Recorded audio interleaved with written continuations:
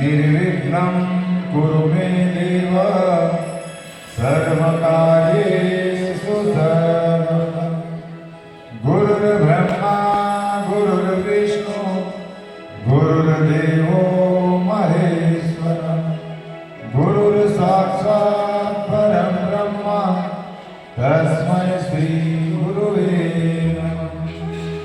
या देवी सर्वभूतेषु शक्तिरूपेण संस्थिता नमस्तस्यै नमस्तस्यै नमस्तस्यै नमो नमः।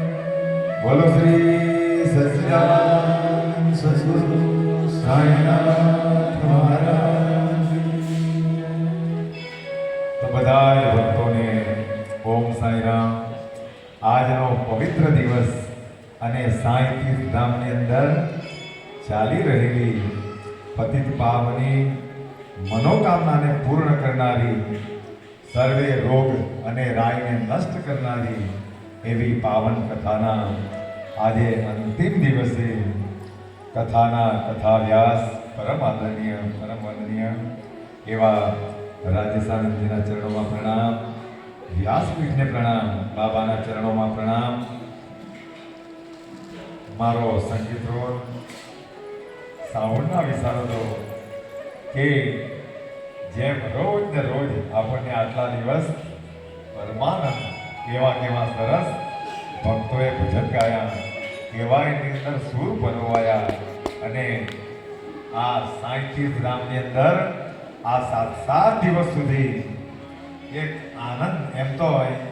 આ જગ્યા બાબાના પવિત્ર ચરણની જગ્યા છે એટલે અહીંયા તો એમ તો હંમેશા આનંદ હોય, પણ જેમ આજનું દ્રશ્ય જોવાયું કે એટલી વિશાળ મેદની કે જાણે કોઈ મોટો મેળો લાગ્યો હોય એવું દ્રશ્ય અને આવા બધા સદભક્તો। તો આજની કથામાં ઉપસ્થિત વડીલો, ભાઈઓ, બહેનો, નાના ભૂલકાઓ, વિશેષ કરીને આજે આપણા કથાની અંદર આપણા સાંઈધામના જેમને ભીષ્મ પિતા કહેવાય એવા જયંતિભાઈ પણ પધાર્યા છે, એમના ચરણમાં પણ વંદન કરીએ। વિશેષ નામો લેવા જાય તો બધા જ આપણા છે, બધા જ ભક્તોના ચરણમાં પ્રણામ કરીએ અને આજે કથા વિરામ પામવાની છે। 7 એક દિવસ 2 દિવસ દિવસો તો પરિપૂર્ણ થતા નથી અને કથા પણ પૂર્ણપણે પૂરી થતી નથી, એટલે આજે કથાને આપણે બધા વિરામ આપવાના છે। પણ 7 દિવસ સુધી બધાએ આટલી ઠંડી સહન કરીને સદગુરુના પરમ તત્વની કથાએ બધાએ સાંભળી છે। તો બાબાના ચરણમાં પ્રાર્થના કરીશ કે બધા જ ભક્તોની મનોકામનાઓને તમે પૂર્ણ કરજો। બધા જ ભક્તોની ભક્તિ ચરમ સીમાએ એમ કહેવાય કે સાંઈ બાબાએ એમના ચરિત્રની અંદર એમ કહેલું કે પ્રેમથી એ સામા જે માણસ પ્રેમથી મારો નામ સ્મરણ કરે એ પરમ મુક્તિને જો મુક્તિ એમને એમ શક્ય નથી। એમાં પણ સાંઈ બાબાએ એ શબ્દો વાપરેલા છે કે પરમ સુખ અને પરમ મુક્તિને પામશે ખાલી જે પ્રેમથી મારું નામ લેશે।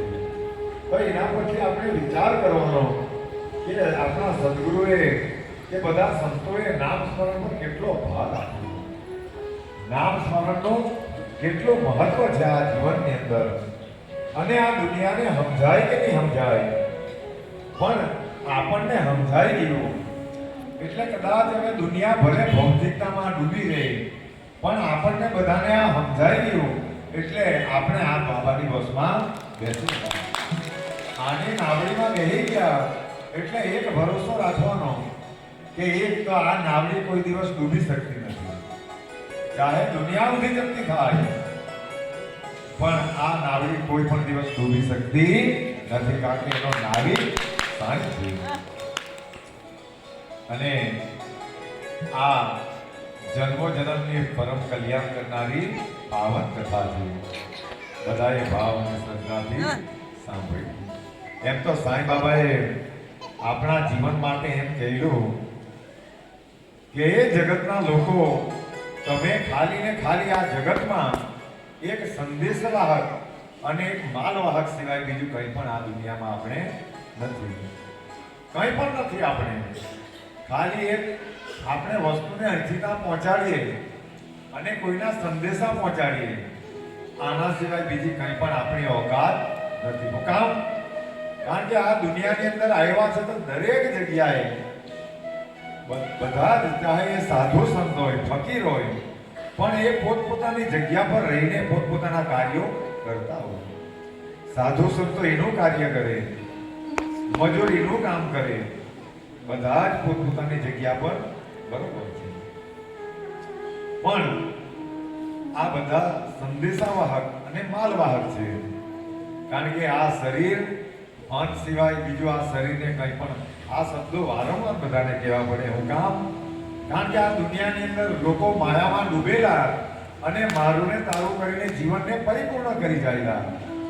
એટલે સાંઈ બાબાએ આખી જિંદગી આવા બધા ભક્તોને શિરડીની અંદર દ્વારકા માયમાં બેસીને ગઈ કે જગતને એમણે એ બતાવી દીધું કે આપણે આ દુનિયાની અંદર આપણી એટલી પણ શક્તિ નથી કે આપણે એક પાંદડુંને પણ હલાવી શકીએ.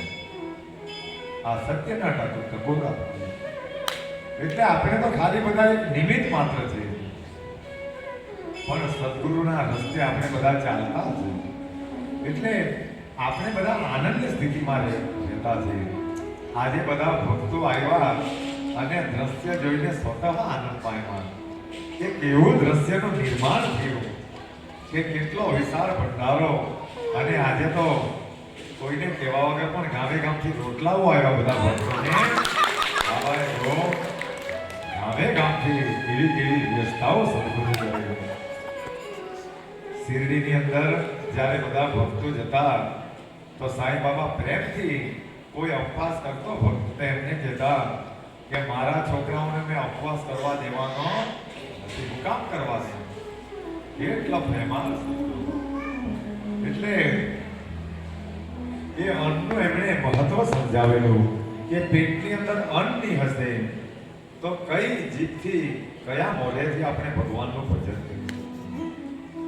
એટલે એમણે ઉપવાસ કરવાની એવી બધી ના પાડેલી, પણ આપણે બધા હિન્દુ પ્રણાલિકા મુજબ એ ઉપવાસ કરવાની પણ છૂટ છે. પણ એમના અર્થ તો બધા અલગ પ્રકારના હતા.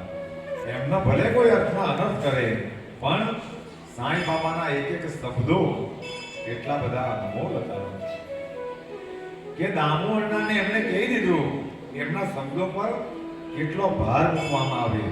અને એ શબ્દના અર્થ તો અમારા જયંતિભાઈએ કર્યો કે એ દામુ અಣ್ಣાને કેરી આપીને કહી દીધું કે એ દામુ અಣ್ಣા, લે આ કેરી ખા અને મર. એક સમયે તો દામુ અಣ್ಣાને ખોટું લાગી ગયું કે કેમ બાબાએ મને આવા કડવા શબ્દો કહ્યા. પણ એ દામુ અಣ್ಣો એ વેપારી હતો અને એમના પર ધન દોલત તો બહુ હતી, પણ સંતાન નહીં હતું. એટલે વારંવાર બાબાને પ્રાર્થના કરતો કે બાબા મને સંતાન આપ, સંતાન આપ, સંતાન આપ. એટલે એમની પ્રાર્થના સાંભળીને એક દિવસે બાબાએ એમને કેરીનો પ્રસાદ આપ્યો, પણ પ્રસાદ હાથે એમ કહ્યું કે આ લે કેરી ખા અને મર.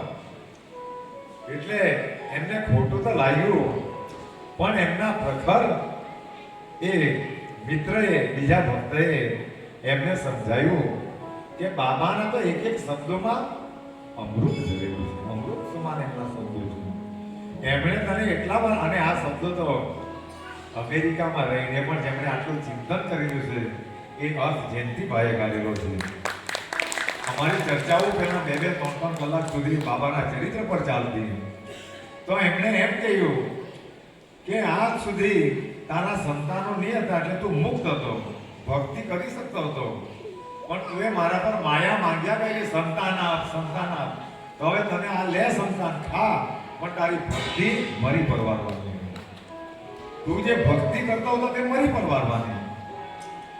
એટલે સંતાનોને બહુ ભગવાન પર માંગવાની જરૂર તો એટલા કે એ તો તમારા ભાગ્યમાં લખાયેલું જ હોય, કારણ કે એ બધું ઋણાનુબંધ પર ચાલતું હોય. અને વ્રતોને તપનું પણ મહત્વ છે, અસત્યમાંથી પણ શક્ય થાય. પણ તેને લીધે સાંઈ બાબા એમ કહેતા કે તમારા પુણ્ય ખર્ચી કાઢવાની જરૂર નથી, એ તો તમે ભક્તિ કરે એટલે સ્વતઃ મળે. પણ ભગવાન પર જો તમે ભક્તિ માંગે તો તમને સુખ, શાંતિ, સંપત્તિ અને સંતાનો બધું જ પ્રાપ્ત થશે. એના માટે આવી બધી ભક્તિને નેવે મૂકવાની જરૂર નથી. એટલા માટે બાબાએ શબ્દો વાપરેલા કે આ કેરી ખા અને મર, આજથી તારી ભક્તિ મરી ગઈ. એટલે આપણને એકવાર સમજમાં આવી ગયું કે સદગુરુની જે અનમોલ પ્રસાદી આપણને મળેલી એ દુનિયાને હવે સમજાય કે નહીં સમજાય, પણ આપણને સમજાય ગયું તો આપણે એને કાયમ ચાલુ રાખવાનું. અને હવે કાલથી તો ગુરુવારે પણ આપણે પાલખીને અહીંયા જ લઈ આવશું અને અહીંયા બધા મળીને, કારણ કે સાંજે બાબાની પાલખી નીકળે. પાલખીનું વિશેષ મહત્વ છે. એમ કહેવાય કે જે બાબાની પાલખી ખાલી ખાન પર મૂકે એનો બધા જ ભાર જીવનનો ભાર બાબા હોય એવું પાલખીનું મહત્વ. પણ આપણે બધા ઘરે જઈએ એટલે માયામાં પડી જઈએ, એટલે માયા આપણને આ વસ્તુમાં આવવા દેતી નથી. એટલે એ દુઃખો આપણા પર આક્રમણ કરતા હોય. જો આપણે આજે અહીંયા બેસીને કોઈએ ગણપતિ વંદના કરી, કોઈએ હનુમાન ચાલીસાના પાઠ કર્યા, એટલે આ બધી મૂડીઓ જે છે, જેમ આપણે આપણા બાળકો માટે મૂડી જમા કરીએ પૈસાની, અને કંઈક તકલીફ આવે તો ત્યારે આ મૂડી ખર્ચાય, કામ લાગે, એવી રીતે આ ભગવાનના પાઠો કરે, આવી ગણપતિ વંદનાઓ કરે, હનુમાન ચાલીસાના પાઠ કરે, આ મૂડી જમા રહે પરમાત્માના ખાતામાં. અને જ્યારે ભક્તો સંકટમાં આવે, જ્યારે એમના પર સંકટ આવે ત્યારે ભગવાનની દરેક વસ્તુ ઓટો પર ચાલે. એના સમયે સૂરજને ઊંઘાડવામાં આવતો એ એની રીતે સ્વતઃ ઊંઘી જ નીકળે. એટલે ભગવાનની થાપણ જો આપણી જમા રહે તો જ્યારે આપણે સંકટમાં આવો તો એ એની રીતે આવી જાય. આ અનુભવ છે સંતોના, આ સંતોના શબ્દો છે, સંતોના ચરિત્રોના શબ્દો છે. એટલે જ તો સંતોએ કે આપણા શાસ્ત્રોએ કહેલું કે 10 કામ મૂકીને નાહી લેવાનું, 100 કામ પડદા મૂકીને ખાઈ લેવાનું, અને 1000 કામ પડદા મૂકીને ભગવાનની ભક્તિ આવા કામો કરી લેવાનું. એટલે શાસ્ત્રોના વચનો એમના થોડા નીકળેલા. પણ કોઈ કહે કે આ કરવાથી શું મળે, આ કરવાથી શું નહીં મળે, અરે કંઈ મળે નહીં, અમને આનંદ મળતો છે અને આ કરવાથી અમે પરમાનંદમાં જીવતા છે. દુનિયાને આનંદ આવે કે નહીં આવે તેની પણ અમને પરવા નથી. આપણને બધાને આનંદ આવતો છે તો ત્યાં વાર્તા, ને તો દુનિયાને આનંદ આપવા જાય તો જીવન એમને. આ વાતો ભલે બધાને કડવી લાગે પણ આ મૂળ વાતો છે, અને સાંઈની કથા એ મૂળ વાતો પર જાય. એ ચરિત્રના શબ્દો એટલા માટે બહુ યાદ આવે કે એક માય જો પોતાના બાળકોને મીઠી જ વસ્તુ ખવડાવ્યા કરે તો બાળક માંદું પડી જાય. એટલે માતાએ નિઃશુલ્કે પણ એ છોકરુને કડવી ગોળીઓ ખવડાવવી પડે તો જ બાળક સારું રહે. એટલે સત્ય વાતો ભલે બધાને કડવી લાગે પણ એની અંદર જ મીઠાશ હોય. આજે કાલે બધાને અન્નની વાત કરેલી અને બધા ભક્તો આજે અન્નનો ભંડાર ભર્યો, બધા એનો આચરણ કર્યું છે. તમે બધાએ આજે આ ખેતરની અંદર બધાએ વાયુ છે, અને આ વાયુ છે તો જેમ ચોમાસા પહેલા આપણે આ ખેતરમાં વાવી આવેલા અને દિવાળી પર એ કાપણી કરેલી, આજે આટલો બધો વિશાળ અન્ન પ્રવાહ આજે અહીંયા આવ્યો છે. આ વાયુ છે તો એના સમયે પરિબોલ એમાં કોઈ સંસ્થાન સ્થાન નથી. તો વિશેષમાં જેમના લીધે આ કથા નિર્માણ પામેલી એવા અમારા રાજેશાનંદજીની ઈચ્છા હતી કે એમ તો વ્યાસજી પાસે જયંતિભાઈ આવે અને એમનું સ્વાગત કરવું હતું. પછીથી જયંતિભાઈ ઘરે જવાના છે તો વિનંતી કરીશ કે અક્ષાણુજાઈને જયરામભાઈ અને રમણભાઈ જાઓ જયંતિભાઈને સ્વાગત કરો. વ્યાસપીઠથી અને રાજેશાનંદજી તરફથી ત્યાં સ્વાગત કરી આપ્યું, પણ જયંતિભાઈ માટે એટલા શબ્દો તો ચોક્કસ કહી શકાય કે ફૂલો મેં કલીઓ મેં, फूलों में कलियों में सपनों की गलियों में तेरे बिना कुछ नहीं ना, तेरे बिना भी क्या जीना होता तेरे बिना भी क्या जीना, तेरे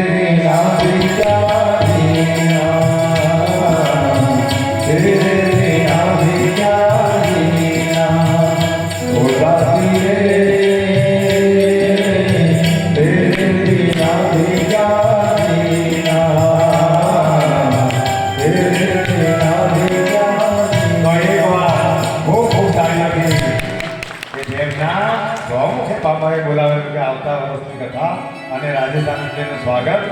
જયંતિભાઈ કરવા એકવાર તાળીઓથી ખૂબ ખૂબ.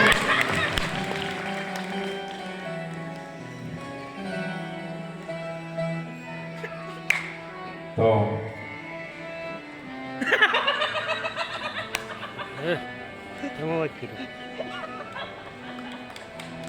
જેમ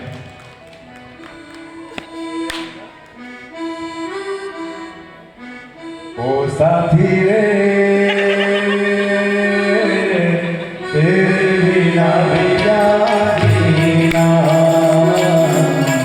तेरे बिना भी क्या जीना, ओ साथी रे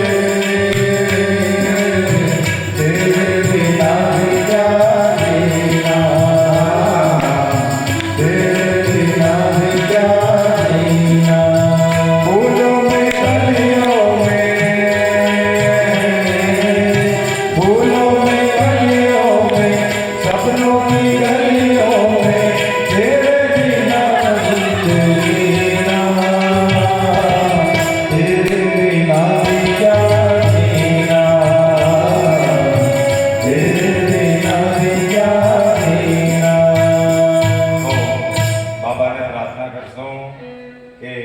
આપણા ધામનો જે બાપ છે, આપણા ધામનો, કારણ કે જેમનો ધાક અમને હંમેશા રહે, કારણ કે ઘરમાં વડીલોનો ધાક નહીં રહે તે પછી અસ્તવ્યસ્ત થઈ જાય.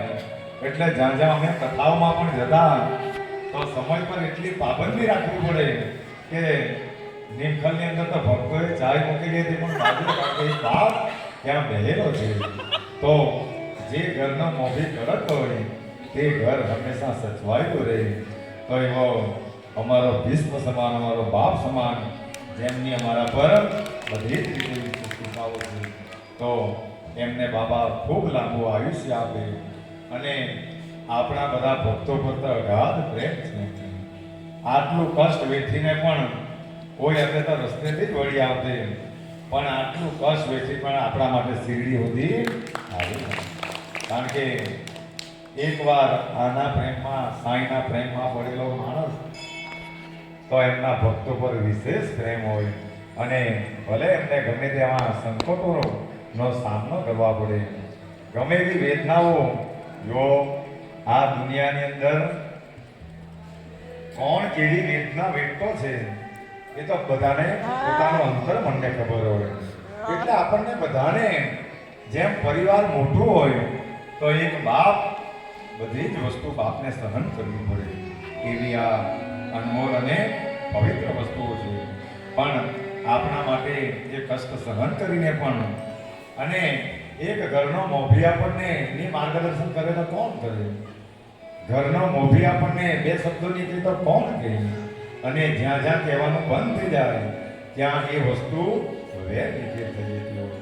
એટલા માટે બધા બાળકોને કહે કે હંમેશા વડીલોનો માન રાખો, વડીલોને વંદન કરો.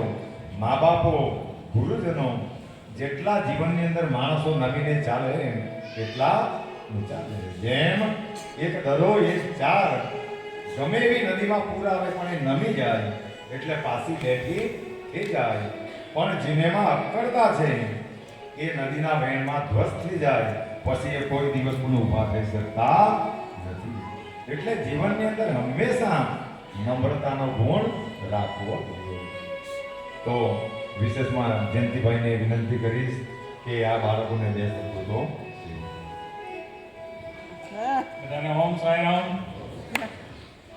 6 દિવસથી ઘરે તો બેઠો હતો પણ અહીંયા મારું મન અહીંયા જ લાગે. ઈચ્છા એવી હતી કે ઘરમાં બેસીને આ સાંભળવું હતું, એટલે મારે ઘરમાં બેસીને 70 વર્ષમાં આ 21 દિવસ મારે એવા 4 દિવાલની વચ્ચે બેઠાને કાઢ્યા છે. મેં ફક્ત ખાવાનો ધૂમ પર ચાલી છે મારે. બપોરે 12-1 વાગ્યા સુધી તો મારી માળે ચાલતી હોય છે. ત્યાર પછીના 45 કલાક યુટ્યુબ પર બાબાની ભજન આ તે બધું ચાલતું હોય, કોઈ બી ભક્તિ માર્ગનું કોઈ બી ચાલતું હોય. અમને લોકોને એક જ કહેવાનું મારે, તમે લોકો બાબાના ધામમાં બાબાના નામ પર ચાલુ થયા છો, શ્રદ્ધા સબરી રાખો, પાપ મુક્ત થાઓ. જો તમે સત્યના માર્ગે ચાલશો તો જ તમારો ઉદ્ધાર થશે. પાપ રાખશો તો તમારે કંઈ થવાનું નથી. જિંદગીમાં તમે ગમે એટલી બાબા સાઈ સાઈ સાઈ સાઈ સાઈ કરતા રહેશો, it not going to happening. So forget about પાપ. પાપ કરવાનું બધું કરો, જેટલા કર્મ સારા થાય એટલા કર્મ સારા કરો. બીજું કંઈ કરવાનું જરૂર નથી, કર્મ જ સારા કરશો, કંઈ થવાનું નથી તમને. એટલી મને પૂર્વ પરમ શાંતિ છે એ બાબતમાં. બધાને સાંઈરામ. મળીશું પાછા. તો ખૂબ ખૂબ સરસ આપણને જેને આખા